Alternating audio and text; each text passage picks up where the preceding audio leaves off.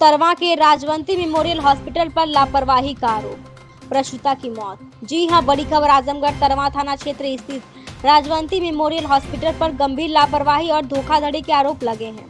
प्रवसन के दौरान हुई लापरवाही से एक प्रसूता की मौत हो गई, जिसके बाद पीड़ित परिजनों ने मुख्यमंत्री, जिलाधिकारी और पुलिस अधीक्षक को शिकायत पत्र देकर न्याय की गुहार लगाई है।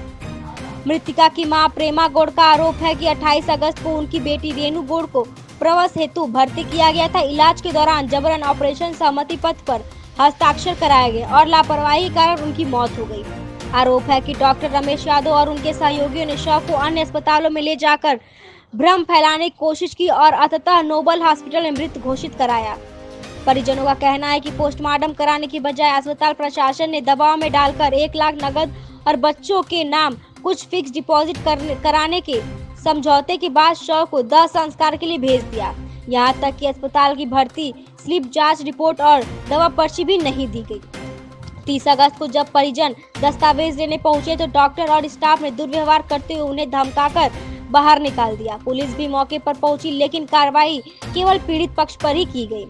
पीड़िता की मां ने मांग की है कि दोषियों के खिलाफ गंभीर धाराओं में मुकदमा दर्ज कर अस्पताल का सीसीटीवी फुटेज सुरक्षित किया जाए, साथ ही मृतिका के बच्चों के भरण पोषण के लिए मुआवजा दिया जाए। ज्ञापन सौंपने वालों में अशोक सिंह, मनीष गौड़, रवि प्रकाश दुबे, सरिता देवी, प्रमिला, अलका, राजकुमार, कमलेश देवी, सुनीता, सुषुम देवी, फूला देवी और चंद्रकला सहित कई लोग शामिल रहे।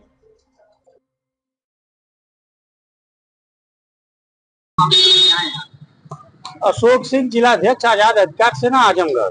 क्या मामला है? मामला है एक प्रसूता की राजवंती मेमोरियल हॉस्पिटल तरवा में मृत्यु हुई है।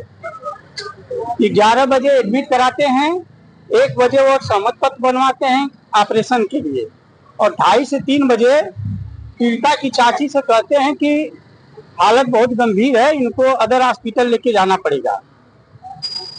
अपने निजी प्राइवेट गाड़ी से लेकर विद्या हॉस्पिटल आते हैं, जहां गाड़ी में ही चेकअप होता है। वो जवाब दे देते हैं, वहां का सीसीटीवी फुटेज निकाला जा सकता है। फिर रमा हॉस्पिटल जाते हैं, रमा हॉस्पिटल में भी यही दशा होती है।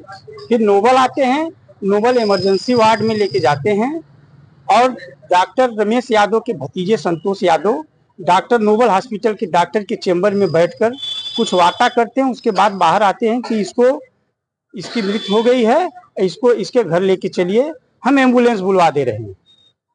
ये लोग अड़ गए कि इनके परिजन 2-4 लोग थे, ये लोग अड़ गए कि हम पोस्टमार्टम करवाएंगे, मृत्यु कैसे हुई है। और इनको न भर्ती का पर्चा दिया गया, न डिस्चार्ज का, न ब्लड जांच की, किसी भी प्रकार की नहीं जांच का दिया गया। पूर्व में भी ये लोग वहीं पे दिखाते थे और प्रसूता को पहला बच्चा भी ऑपरेशन से उसी हॉस्पिटल में हुआ था और दूसरा भी बच्चा हॉस्पिटल में, मतलब ये लोग ऑपरेशन से ही करवाए थे। ये लोग को गुमराह करके लालच देके 1 लाख रुपया और दोनों बच्चों को, एक 6 वर्ष की बच्ची है और एक नवजात है, इसको 50-50 हजार रुपया और 1 लाख रुपया पालन पोषण के लिए यह तय हुआ, जिसकी कुछ मतलब वो मुकरने लगे, रिकॉर्डिंग थी। ये परिजन दूसरे दिन मृत्यु के दूसरे दिन ये लोग हॉस्पिटल पे गए।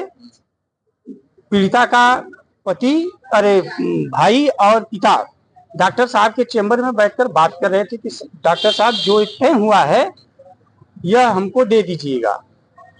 उन्होंने धक्का मारते हुए, सीसीटीवी फुटेज में वहां देखा जा सकता है, धक्का मारते हुए इन लोग को बाहर निकाल दिए। कुछ लोग और ग्रामीण गए थे, कई घटनाएं घटित हुई है, वहां पे गए, जब धक्का मारते हुए देखे तो उग्र हो गए और भीड़ उग्र हुई है, तोड़ फोड़ भी हुई है और डॉक्टर पक्ष के तरफ से भी जान माल की धमकी दी गई है।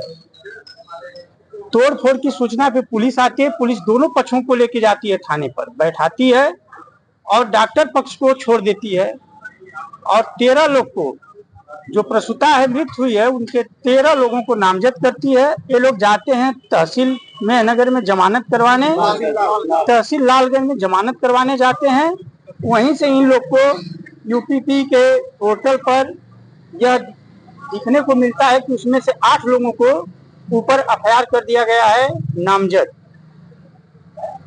और डॉक्टर पक्ष को छोड़ दिया गया है। हमारी मांगे हैं कि जब प्रसूता को 11 बजे हॉस्पिटल में एडमिट कराया गया है, उस समय का सीसीटीवी फुटेज और ये जो प्राइवेट वाहन से लेके गए हैं सब फुटेज वहां पे मौजूद है। और विद्या हॉस्पिटल, रमा हॉस्पिटल में भी ये लेके आए हैं, वहां का भी सीसीटीवी फुटेज और नोबेल हॉस्पिटल का भी सीसी फुटेज और कॉल रिकॉर्डिंग। FIR की मांग कर रहे हैं। निष्पक्ष जांच हो, जो दोषी उसके विरुद्ध कार्रवाई हो और जिनके ऊपर मुकदमा दर्ज हुआ है उनका मुकदमा निरस्त किया जाए। यह घटना डॉक्टर की लापरवाही से एक सुनियोजित प्लान से बनाया गया है। रणनीति होती है वहाँ पे और कोई सुरक्षित नहीं है।